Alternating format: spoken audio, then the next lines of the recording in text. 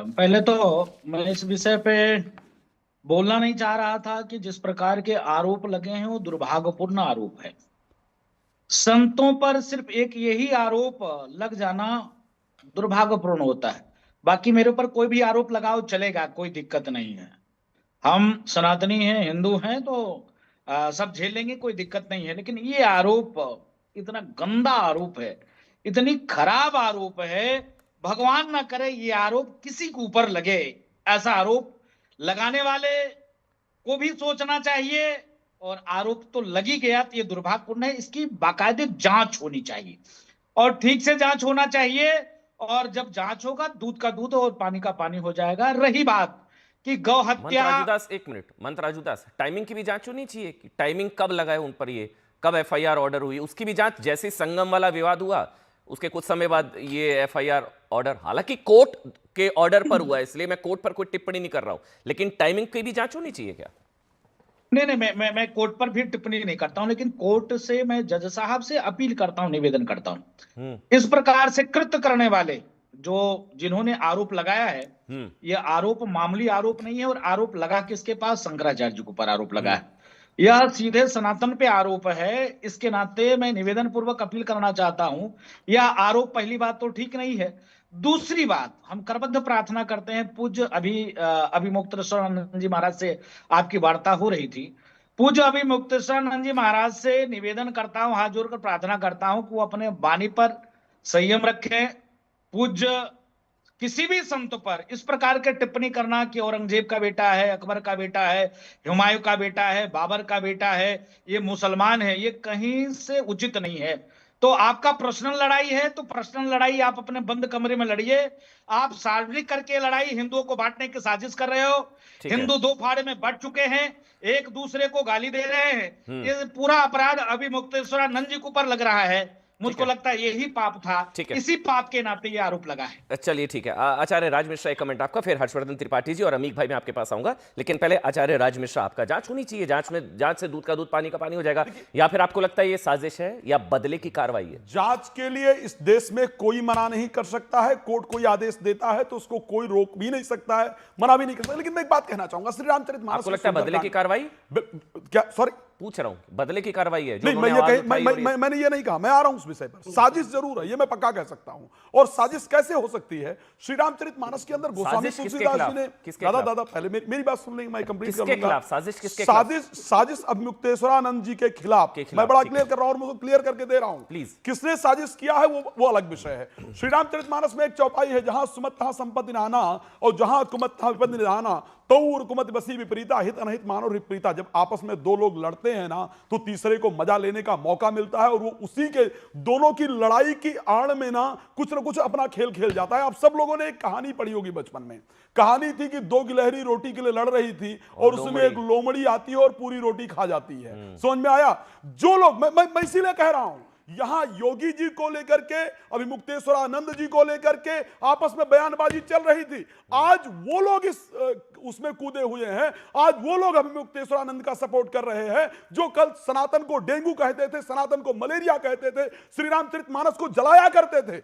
आज वो लोग इसमें कूदे हुए हैं जो कहते थे मठों में मंदिरों में गुंडे रहते हैं। मैं क्या समझू भाई? जिनको आज तक सनातन पसंद ही नहीं था, अगर वो आज इस प्रकार इस कहानी में कूद गए हैं तो मैं क्या ना मानूं कि इसके अंदर षड्यंत्र नहीं है। अब मैं दूसरे विषय पर आ रहा हूं। ये सच्चाई है, हो सकता है कोई दूसरे धर्म वाले षड्यंत्र करके ये काम कर रहे हो। अब एक बात बताइए, चलिए मैं मान लेता तो हूं कोर्ट के ऑर्डर पर हुई है। दादा मैं कोर्ट के ऑर्डर पर 55 से आपने एक 60 चीज लाख, बताऊं मैं, अमन आचार्य जी सुनिए ना, 55 एक to मिनट सुनिए ना। 60, yes, आपने जो कहा ना सनातन कमजोर होता है, आपस में लड़ने से दूसरे फायदा उठाते हैं। yes। सनातन तब नहीं कमजोर होता जब एक सूबे के मुख्यमंत्री योगी को औरंगजेब की औलाद और देखिए, पता नहीं क्या क्या बताया जाता है। मैंने तभी कहा, मैंने इनके खिलाफ बहुत बोला है, इस विषय में बहुत अगेंस्ट बोला है।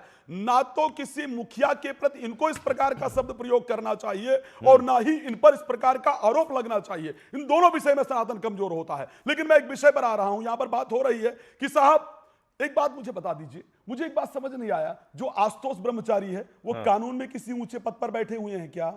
वो क्या इनके आश्रम से जुड़े हुए हैं क्या वो वहां के कोई बड़े प्रतिष्ठित व्यक्ति हैं क्या? खुद उन पर हिस्ट्री सीटर और पता नहीं कितने आरोप उन पर लगे हुए हैं क्या? एक मिनट, 2 बच्चे जो है उनका उनसे क्या संबंध था भाई? अगर किसी के ऊपर कोई इस प्रकार का कृत्य होता है तो सबसे पहले वो बच्चा किसको बताता है? अपने माँ बाप को बताएगा, नहीं माँ बाप हैं तो रिलेटिव को बताएगा, नहीं उनको बताएगा तो कानून को बताएगा, किसी प्रतिष्ठित व्यक्ति को बताएगा। वो बच्चे आशुतोष ब्रह्मचारी के पास चले जाते हैं। हद हो गई। अच्छा, तीसरी बात फिर निकल करके आती है। एक मिनट अमन जी, 30 गलती बच्चों की है। नहीं, बच्चों की गलती मैं कहां कह रहा हूं? मैं षड्यंत्र की गलती कह रहा हूं। ये षड्यंत्र है और ये षड्यंत्र साधारण नहीं है। चाहे वो अभिमुक्तेश्वरानंद फंसते हैं और चाहे वो आशुतोष ब्रह्मचारी फंसते हैं, बदनाम और नुकसान अगर किसी का हो रहा है तो सिर्फ सनातन का हो रहा है। भरोसा अगर किसी पर से उठ रहा है तो सिर्फ सनातन पर से उठ रहा है। एक जो चीज का आपने जिक्र किया, अमीक जमई, जो अभी आचार्य राज मिश्रा ने कहा, शायद वो आप ही की तरफ इशारा कर रहे थे। इंडिया अलायंस के नेता सनातन को डेंगू मलेरिया उसके सफाई की बात करने वालों को आज सनातन की बड़ी चिंता हो रही है। अमीक जमई, बोलिए आप। मुझे तो लगता है ये उनका विषय ही नहीं। बोलने दीजिए ना, एक एक करके आराम से। अमीक जमई, इसमें उनको पढ़ना ही नहीं चाहिए। सर आप भी अनम्यूट कर लीजिए। अमीक भाई आप भी अनम्यूट कर लीजिए। अमीक भाई, हमारा सिर्फ ये कहना है हाँ प्लीज, कि अगर उत्तर प्रदेश में समाजवादी पार्टी ने योगी आदित्यनाथ जी की सरकार में जिस तरह से ब्राह्मणों का फेक इनकाउंटर, किलिंग, बुलडोजर जब भी हुआ, हमने बोला, हम क्यों नहीं बोलेंगे?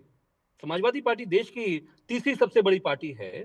अगर कहीं अन्याय होगा किसी भी धर्म जाति के खिलाफ, अगर राजन मिश्रा के अंदर दम नहीं है तो ना बोले, हम बोलेंगे। नहीं बोले भाई। आचार्य राज मिश्रा, आचार्य राज मिश्रा ऐसे नहीं बीच में बोलते। आचार्य राज मिश्रा ऐसे बीच में नहीं बोलते। देखिए, स्वामी अभिमुक्तेश्वरानंद जी के खिलाफ जो साजिश हुई है, वो सिंगापुर और जापान के विजिट में साजिश हुई है।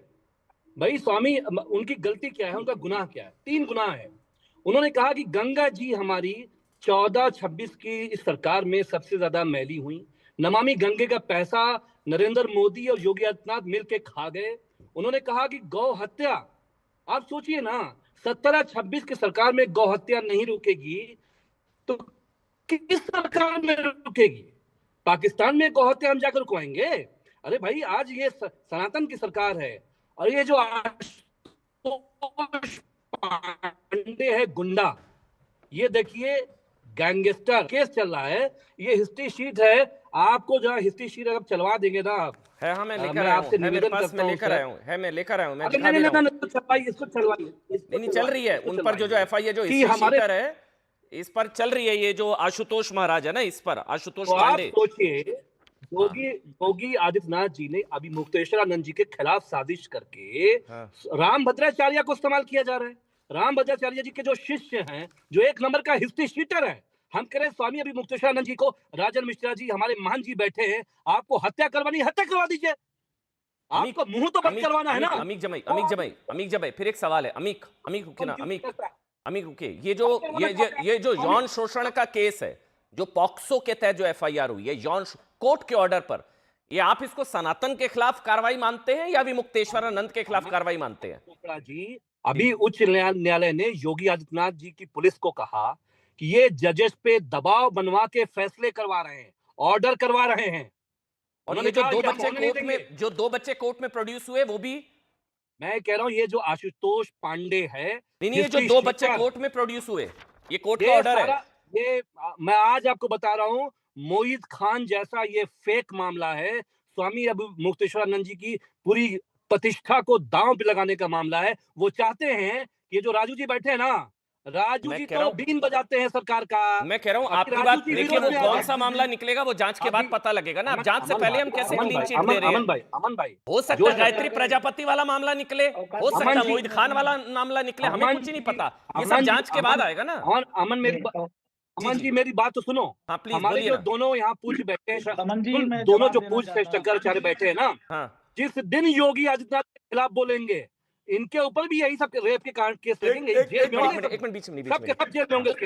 ठीक है, नहीं अभी आपको बड़ी सनातन संतों की चिंता हो रही है, अब मंत्र